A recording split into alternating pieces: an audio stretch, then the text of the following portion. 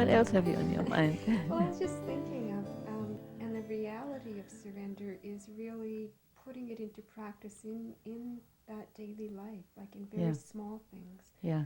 I know that in your teaching with me that you've often said, well, if you can't see it in daily life, how are you going to surrender to the divine? Right. Yeah. If you can see the miracle of your hand, what miracles will you be able to recognize? You can also make beautiful papers and write them in beautiful English.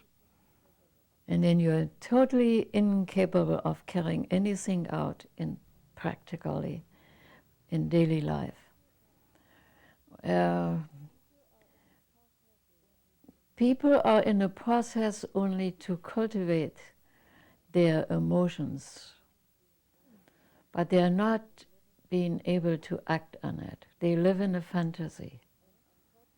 You see, and unfortunately, even lots of people, and I have seen famous people with all sorts of degrees and achievements and being tops in their field.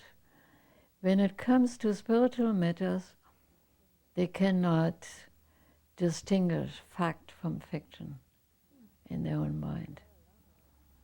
You know, when the Dalai Lama had to flee from Tibet, people would tell me all the great power he used, you know, and with 1,000 or 3,000 people, he created a cloud in which they moved over the mountains into India. I must say I have high regards for the Dalai Lama because he put a book out and told exactly what happened. He had to put on a uniform and hang a rifle over his head and put a soldier's cap on. It was a very normal escape, nothing mysterious. And you see, for that, there is an achievement in such an escape. And also to be able to do that and to dispel all these fantasies that people had about it. And that is any spiritual teacher's or leader's problem. When I used to wear my saris, people offered to wash my saris and to press them because pure silk has to be pressed totally wet. And it takes about an hour. Only for me to find out that the woman later on was sleeping in that very thin silk. And I wondered why the sari didn't come back. Of course, I stopped it later on. The children would tell me that. Thinking that they can absorb my vibration. Well, even if I have any, that doesn't make them speak the truth, doesn't make them kinder. That just kindles their fantasy of, I get something for nothing. All I have to do, wrap that silk around me. You know, or whatever else it was. Wanting to sleep in my bed or sit in my chair or whatever. For a long time I would carry a cushion around so people wouldn't sit on the same space, just to cut that fantasy down, you know, and bring people more to the reality. But it's amazing, absolutely amazing, how you see, the creativity of a human being is a wonderful thing, but it has to be disciplined, you know. You can be very talented, but if your talent is not if you're not a disciplined person, you will never produce anything. It's just the way it is. Facts from fiction. And truth is very cruel because we are so in love with our fantasies, our hallucinations, you know. So, yeah. Why would that be? Like, because they're more pleasant than reality? Is that... Well, I remember a lady visiting India at the time that I was there and approaching Shivananda in quite a big thing, beautiful clothes, and she had a big hat and some big veil over it, and she was having lots of jewelry on herself. in approaching Gurudev after her arrival, when she was led to him and saying, "Your gopi has come." What does she? She has no idea what gopi even means, you know. So it's that is Radha's friends. So I wonder, even she could have said, "Your Radha has come," you know, something like this. And there's sometimes perhaps the idea when they say, when you have that contact with the divine, you become the divine itself. There is a point in that, but if I become a drop of the ocean, and we live here nearby the ocean, I'm not the entire ocean. The contents of the ocean water will be the same in the drop as in the ocean, but it's only a small part. So, and I think that when these things have been written down, they have always been explained by the teachers what it means, you know. Somebody wrote a letter to me about the Wheel of Life and speaking about the different regions. Well, anybody can read this in the book. But what do you do when you are in those different regions, you know, of the ghosts, which are your fantasies? They have no reality, you know. It's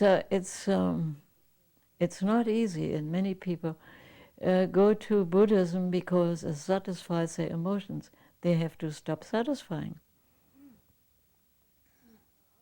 So even spiritual life can become an escape. Oh, absolutely, absolutely, yes.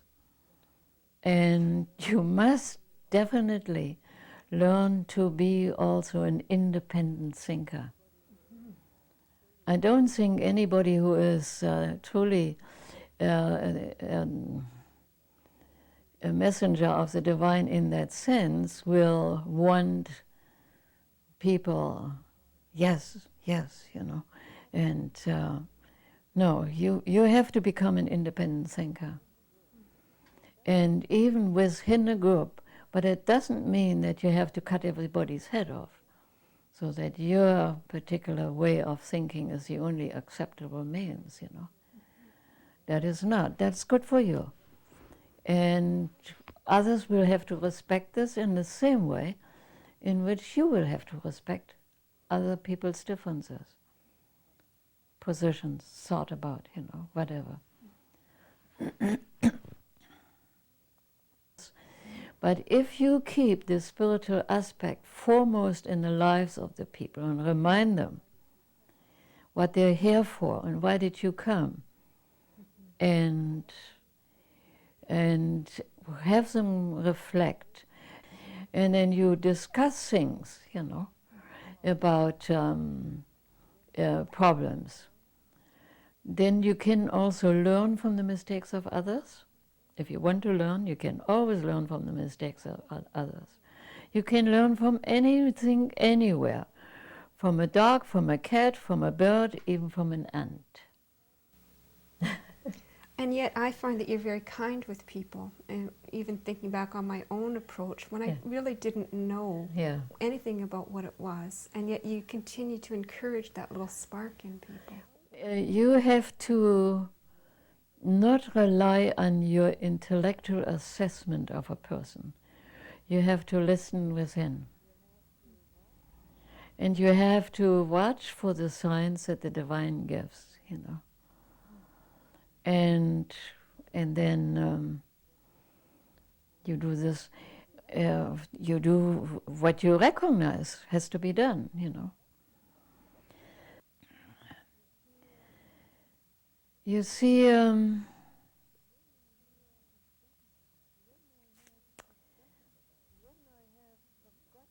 when I have forgotten about people for quite a while, and this had happened too, I would, in the early years of my spiritual life in the ashram, I would think, terrible. I would feel very bad, very guilty, whatever. But then a dream would tell me that there was no need to remember them because they had left. Maybe not visibly, physically, but they have left, and usually they did that later on too. So they were given what they could digest, what they could handle, what they needed for a time being. And if you remember the book on Kundalini for the West, in the mantras I said, you cannot always be in the sun. And if you're not used to the sun, you can only be short time in the sun. In other words, you can only be for a short time in that, what I said before, very crucial truths. And I cannot force anybody to become more than they are able and willing, you know. So, well, you keep going on your way. Om Namah Shivaya.